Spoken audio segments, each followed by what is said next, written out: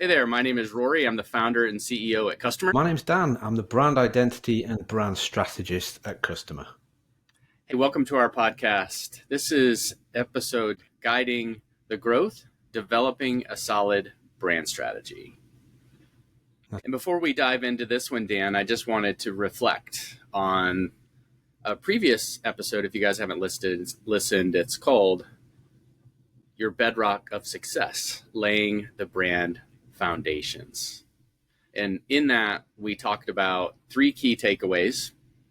So if you haven't had a chance to listen to that, we encourage you to go back and listen to that one as well. But this one's going to add plenty of value. So let's get through this one and you can go back and listen to that afterwards. So Dan, I wanted to go back to another thing that we had mentioned in the previous podcast. If you recall, I tried to go back in the time machine 30 years ago and tried to find out how many financial brands existed 30 years. And if you remember, and you didn't get a very good answer. No, right? I stumped the internet and the infamous Chat GPT. Couldn't quite figure it out. So what I did in preparation for this is I took a look back and said, okay, well, if I can't get the information I need that way, I'm just going to look more recently. And it was around the idea that thousands more financial brands exist today than they did decades ago. And they continue to proliferate and grow as things go, which is making it even more competitive and more crowded, and why it's even more important these days to have a solid brand strategy. So I wanted to just reference a couple of numbers. So according to the IBIS world, get this, there were just under 1 million financial services brands, 988,000 Wow. to be more precise. Does that surprise you? Well, it does actually.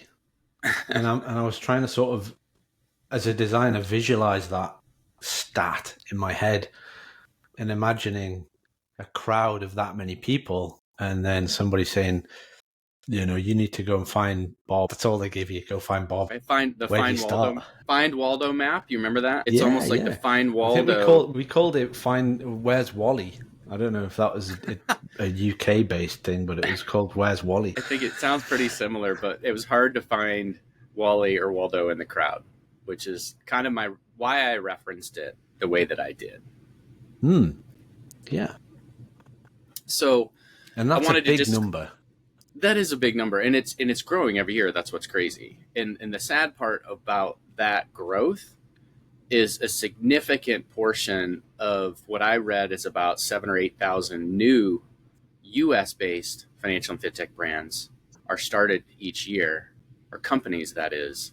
A significant portion of those 7,000 or 8,000 fail quick. And I think a portion of that failure is a lack of good planning, a lack of strategy. That's my hypothesis. It'd be really interesting to know the statistics, like to talk to some of those that fail and just find out what they did and didn't do. That would be quite an interesting exercise, certainly from a brand perspective. Absolutely. Just tell me that number again, Rory, in terms of the new businesses that are coming out. As I don't have the immediate stat in front of me, but I'm reading about 8,000 new financial brands launch each year. So about 8,000. Let me rephrase that. Yeah, let me rephrase that. About 8,000 financial companies start each year. Whether they turn into brands may or may not be true. And is that just the US then? That's just the US. I couldn't get a stat on the global. Yeah. And so, what was, we're saying that statistic, and I guess for the people listening, and if you're sat there going, well, I'm one of those, this should be saying to them, well, I want to be, and then let's imagine those 7,000 people are all queuing outside your door. How do you make sure that the one that you open the door to is the right one? Sure. Well, and you're one of trying to put it into sure. Yeah, and I think of it as you're one of, call it 8,000 new financial brands that are going to enter the market. But of your peer set, there might be some portions of those that are competitors to you. But then we're stepping on the field This is kind of how I describe it for our earlier stage clients, Dan, that that we take to market, is when you step on that field, you've also got the current competitors, and some are entrenched in the market. They want to beat you quickly. They don't want you in the game. So you not only have to compete with this, 7,999 others, that portion of those might be direct competitors, somehow tangential competitors to you, but you have to compete with the big dogs, the guys and brands that have already built and established themselves in the market that you might be entering. Yeah, I hadn't thought about it that way. It's formidable. So, okay. So in that case, let's move this into a little bit more on topic of the thinking that these businesses should be adopting, and how, what we're talking about in this episode is that strategic thinking from a brand perspective, but also a marketing perspective. And you come at that, if you haven't listened to episode 1, Rory's the marketing financial brains, and I kind of sit here and do the brand, the financial brand, but the brand thinking side of things. With these businesses, and where do they start with this strategic thinking, Rory? Have you got a take on that? I know I have. Yeah, I do. All the opportunities that we've had to help launch new brands, create new brands, or refine and expand and grow existing brands have taught us a lot. And as we talk about today, the title of today's episode is Guiding the Growth, Developing a Solid Brand Strategy. What I want to reference here as we enter this conversation is brand strategy plays a crucial role in marketing. And it's instrumental in shaping a company and a brand's marketing efforts. And I just want to just share, Dan, to kind of set the table here, a couple of key ways a brand strategy sets up a company's marketing efforts. One, it helps define a brand's unique identity.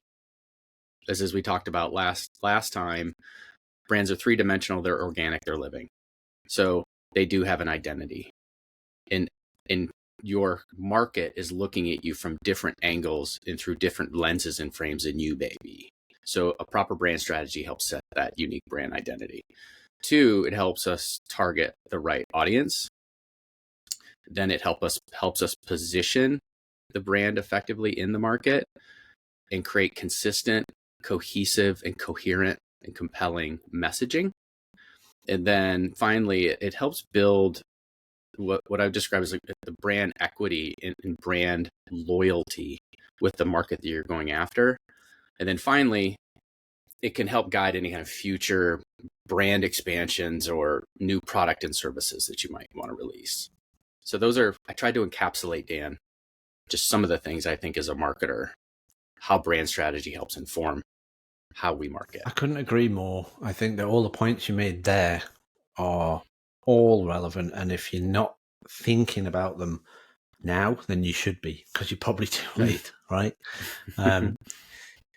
To hear that take on from a marketing perspective, marketing and brand, they go hand in hand. And if a lot of people say and talk about the difference between the two, and really, I think for me, brand, feeds marketing so that marketing can do its job in an effective way. And from a brand perspective, when we talk about developing that brand strategy, I think a lot of people will get confused and they think, well, what's brand strategy and where do I start with it all? You've got to, I think, ask yourself some very fundamental questions, some deep questions is probably the best way to describe them, because to bring out the right message for a brand to use, you often need to find out, things like that initial mission. And I think we talked about this in episode 1 when we discussed brand promises. But until you really know why you're in business or why you're doing what you do, how can you then, once you understand that, you can then build out from it? And I'd actually pulled out a couple of questions, Rory, that they're not necessarily going to give you a brand strategy, but they're the kind of questions that if you're sat there going, well, I don't know why I'm in business, or I'm in business to make money. Well, the questions that you should be asking yourself is, there's a couple that I pulled out. If your business was bought today, what do you think the new CEO would do? And I'm going to pause on that because that's like, there's quite a lot of different levels to think about that. You could be sat there as a marketer, part of a team within a business. You're going to have a take on that. You could be start listening as a CEO or a founder, thinking, well, 5 years down the line, I actually do want to exit this business. And if someone else comes in, what might they do? And so it should be getting your brain to kind of slot into this gear of where you want your brand to head and what do you want it to be known for. Is there a legacy that it's going to leave behind? And this is only the start, Rory. This is like deep questions that start to uncover, if you haven't already, why you're in business and the eventual strategy that you should be following for that brand to represent that vision that you had or have. Yeah, that's beautiful. That's just part of the reason why I love what we do, Dan, is bringing the human emotional aspects to marketing. Because if you make it too one-dimensional or flat, it can be disingenuous. It could lack heart. It could lack meaning. It could lack purpose. And I believe we as humans, although we make purchasing decisions all the time, that there is some nuance in choices that we make, that brand, how we perceive it and feel it, helps us make those decisions. And as a leader of a company, whether you're an earlier stage founder or you're running a multinational financial services or fintech business, the same thing is true because people are buying your products. So what you're describing is, at the essence of brand, is what you want to accomplish through it. Like what are you trying to fulfill? And by looking down the road, which I think we're often can be short-sighted, by looking down the road 5 years or so and asking that kind of question, I'm hoping it's eliciting some different types of feelings and responses in our listeners. I do as well. And let me bring up this point here, or like an example that word strategy, all you have to do really is to think about what that word means. Okay, we're talking about it as brand strategy and strategic thinking, but that word strategy can be applied to a lot of different things. And I'll give an example of a sports game. Doesn't matter what sport. Who is a champion in that sport without a strategy? Right? Who turns up to a game expecting to win without having sat down and thought about the best way to do that? Does that make the word strategy simple? These sports teams, they have to be strategic to beat that team. It's the same for business, and that's where your brand strategy comes into play, right? What do you question for, maybe it's coming up for our listeners, but I suspect it may be, is I sense there might be this sense that strategy is this nebulous thing. And when you put the word brand before it, it feels even more squishy for some. Do you experience that at all in the work that you do? And then how do you help people overcome that and find the real value in the activity of creating a solid strategy? I think that brand as a word is misunderstood, or it carries a reputation from quite a few years back when brand was not so much finger in the air work, but people just seem to hang a really big price tag on it. And I think that there's almost a stigma around, well, I'm going to have to spend so much on my brand. And that is the first hurdle that you kind of come up against when you work in brand. And it's an education piece, Rory. When we sit down with clients and talk to them about brand, I think if you put across in the right way what brand is and what it will bring to them, then they should understand it. And if they don't, come back in a year. Talk to us at a later date. Because, you could probably spend a week talking to some people and they just won't invest. They won't invest in it. They don't understand, what the long-term implications are of getting brand right. Did that answer the question? Yeah, we've seen the results of the work in tangible, measurable numbers. The work that we've been able to do over the last several decades, and even more recently, I think where, if I recall, you might want to share an example or two. But that the foundational activities that you're describing and spending the time to build a proper brand strategy can pay dividends over time in helping you build your reputation, and one that not only is established, but one that lasts and grows over time. Yeah, you're right. And yeah, we can give examples. We talked, didn't we, last episode about AccessOne and that brand. I think it's fair to say that, well, from my perspective, I know you like the numbers, and I know like a lot of people that are business oriented like those stats, but as a designer and a creative, what I really feed off is the energy and feedback as that brand is shown and rolled out to not just stakeholders, but as it starts to filter out into the real world, because we've had some really good feedback from the impression, the impact, the whole vibe and culture that has, been lifted as a result of a brand being redesigned and revisited. It just has such a far reach.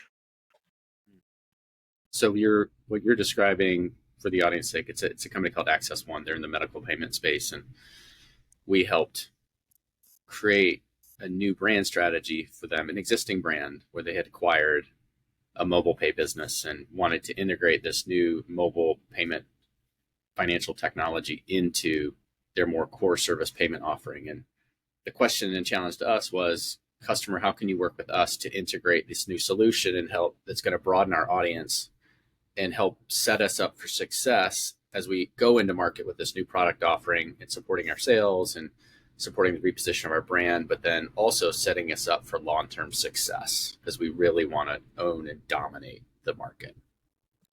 So what you're describing, Dan, I think is interesting is that the activities that we did to create that strategy, both written and digital, paid dividends, both internally in the organization and externally. And me as a marketer, I love to hear what people think of our brands we create and the feedback we get from our clients about what their teams say and about what their market says.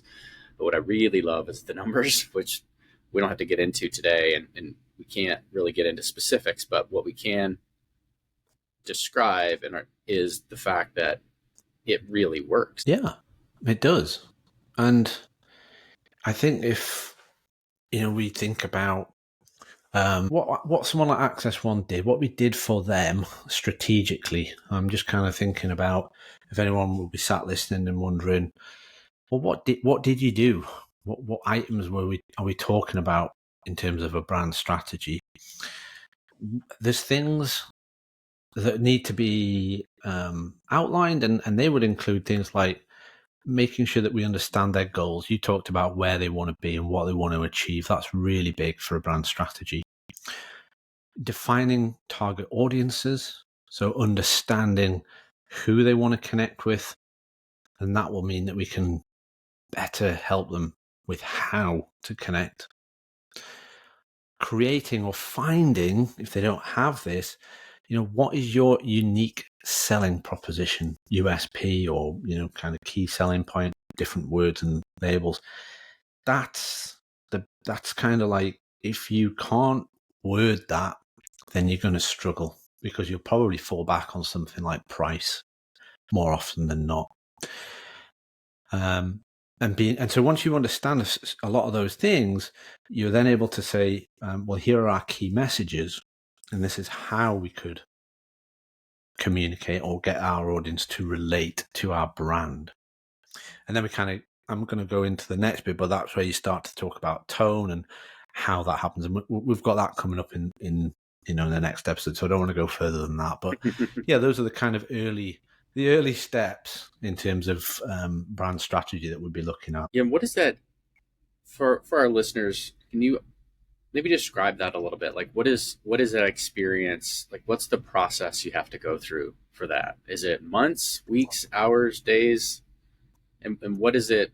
What do you see like as an effective approach to that? So the most effective approach that we found is to do often one-to-one workshops. So taking those key stakeholders in the business and sitting down with them and grilling them, sitting down and finding out where they are and where they want to be. Because what we've got to do is kind of tap into that, what's in their minds. So workshops where we can, if it's not stakeholders, we can get teams involved. If we've got marketing that want to play a role in the brand, get them involved. And we try, I try and make it as interactive as possible, Rory. You've been in on a few of the workshops, and if it's boring, you don't get the results out of people. You've got to get people to open up. That's a big part of brand is, really getting them to say what they think. I'm a designer. I'm tough-skinned.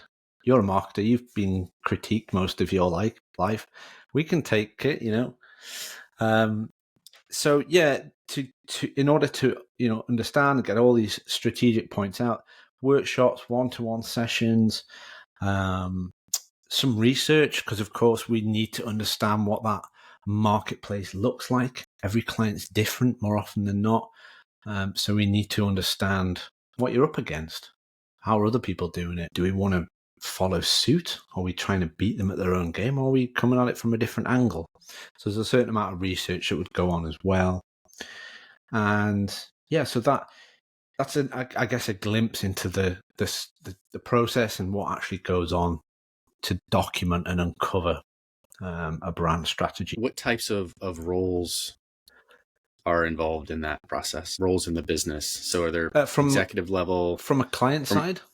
From a client side. Ideally, with brand, people that make key strategic decisions. So I need to be talking with founders and CEOs, but at the same time, depending on the size of that business, we will probably want to talk to presidents of marketing. I don't know the whole structure of things over there in the US, where it's quite different over here, but VPs, people that are at the top of leading that marketing decision, strategic thinking side of the business. Yeah, and how do you see, in thinking about a few of our clients that have long sales cycles, what is the role of sales in maybe some of these conversations? I mean, if you're speaking with marketing, they're going to be voicing sales pain points more often than not. When I'm trying now to think if I've specifically had sales, key figures from sales within any of these brand sessions, I think I have. Going along with that, but anyway. I recall that we have. That's part of the reason why I asked the question is I wanted the listeners to understand that having a good dynamic brand strategy, the more stakeholders you can have involved appropriately, right? It's not we don't want to make it a committee decision, but at the same time, input from folks who are in and around the brand every day and have something to say and share that could be useful to you and our team to put together a more well-rounded strategy, I think we found to be very helpful. Well, you said that far better than me. Yeah, I agree. If you've got a sales team member, a director, you bang on, because they're at the coal faces, we would call it. They're doing the grunt work. They're hearing what customers are saying. They kind of have that live, I guess, brand first-hand experience. That perhaps, depending on the size of the organization, they're gonna be able to tell you some home truths. That's some good stuff right there in terms of brand. Yeah. And that's what you want. You want what I describe kind of the boots on the ground, like what's happening in the field. Yeah. And whether that's there's different orientations to that. If you're a consumer oriented product that is purely digital focused, or say mobile app is your core service, is how you're delivering your services, the sales conversation is a bit different than the folks that are out in the market trying to sell, say, enterprise level sales software, or varieties of different. So we have the benefit, and we've had the privilege of being able to be exposed to all these different types of scenarios and audiences and market types and products and services and short sales cycles, long sales cycles.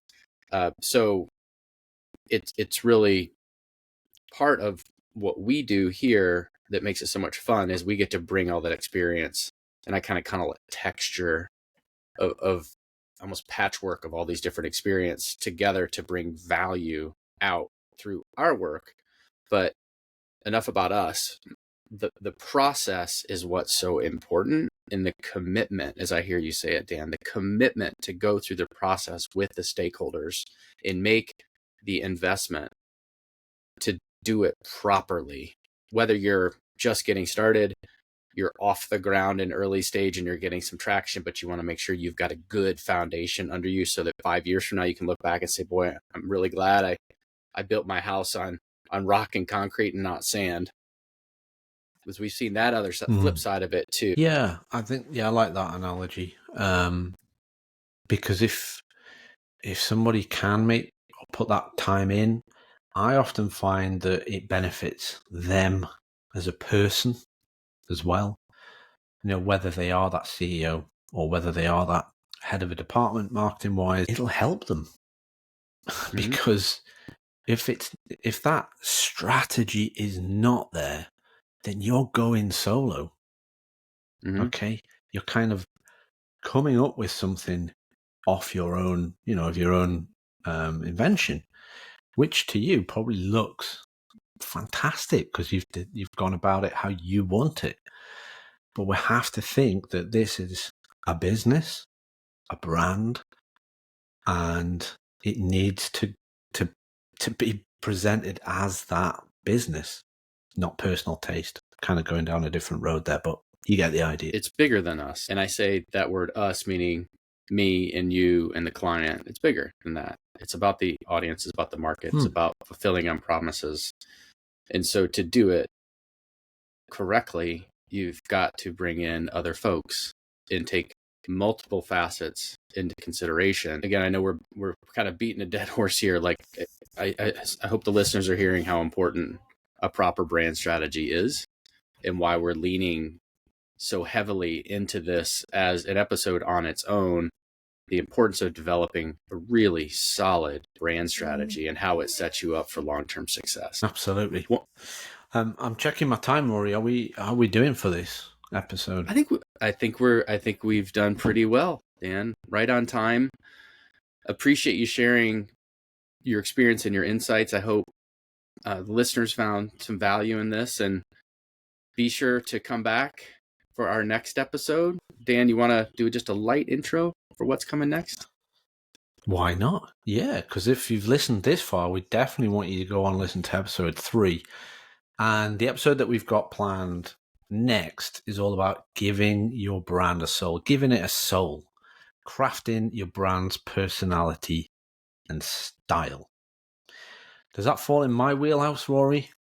Oh, man. Well, you know how I love the soul. And yeah, I'm excited about it. I think it's going to be wonderful. Please join us. We're looking forward to it. Thanks again for the time today, Dan. Thank you very much for listening. And the dog likes it as well. He's ready to go. Tune in next time. All right, brother. Thank you for listening to this episode. If you've enjoyed what you've heard, don't forget to hit subscribe. And if you'd like to learn more about Customer and the work we're doing building financial and fintech brands and businesses, please visit our website, customer.com. That's CSTMR.com. Or you can find us interacting with clients and sharing insights on LinkedIn. All of these links will be in the show notes.